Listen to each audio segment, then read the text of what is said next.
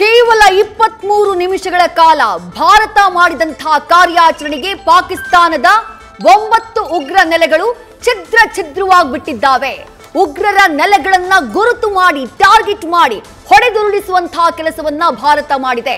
ಯಾವುದೇ ನಾಗರಿಕರನ್ನ ಟಾರ್ಗೆಟ್ ಮಾಡಿಲ್ಲ ಭಾರತ, ಯಾವುದೇ ಮಿಲಿಟರಿಯನ್ನ ಟಾರ್ಗೆಟ್ ಮಾಡಿಲ್ಲ, ಸೈನಿಕರನ್ನ ಟಾರ್ಗೆಟ್ ಮಾಡಿಲ್ಲ. ಟಾರ್ಗೆಟ್ ಮಾಡಿದ್ದು ಪಹಲ್ಗಾಮ್ನಲ್ಲಿ ನರಮೇಧವನ್ನ ನಡೆಸಿದಂತಹ ಆ ಉಗ್ರರ ಲಾಂಚ್ ಪ್ಯಾಡ್ಗಳನ್ನ.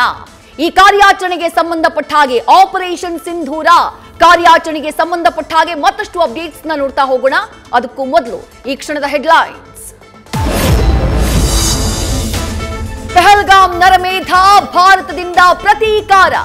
ಪಾಕಿಸ್ತಾನದಲ್ಲಿನ 9 ಉಗ್ರ ನೆಲೆಗಳ ಮೇಲೆ ಏರ್ ಸ್ಟ್ರೈಕ್. ಸುಮಾರು 70 ಉಗ್ರರು ಬಲಿಯಾಗಿರೋ ಮಾಹಿತಿ.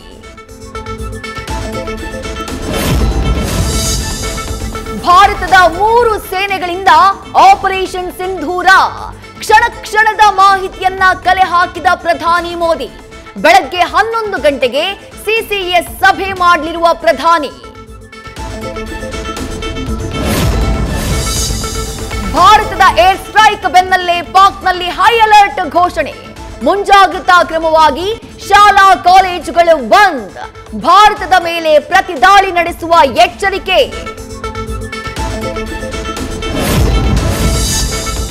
ಭಾರತದ ದಾಳಿ ಬೆನ್ನಲ್ಲೇ ಗಡಿಯಲ್ಲಿ ಪರಿಸ್ಥಿತಿ ಮತ್ತಷ್ಟು ಉದ್ವಿಗ್ನ. ಪಾಕ್ನಿಂದ ಗಡಿಯ ಉದ್ದಕ್ಕೂ ಗುಂಡಿನ ಚಕಮಕಿ.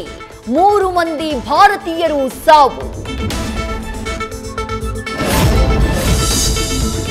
ಜನರ ಮೇಲೆ ಪುಂಡಾಟಿಕೆ ಮಾಡೋರನ್ನ ಸುಮ್ಮನೆ ಬಿಡಬಾರದು. ಮೋದಿಯವರ ತೀರ್ಮಾನದ ಜೊತೆ ನಾವೆಲ್ಲ ನಿಲ್ತೀವಿ.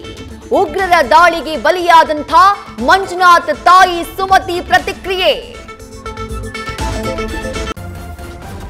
ನ್ಯೂಸ್ ಫಸ್ಟ್, ನಿರ್ಭೀತಿಯಿಂದ ನಿಮ್ಮ ಪರವಾಗಿ.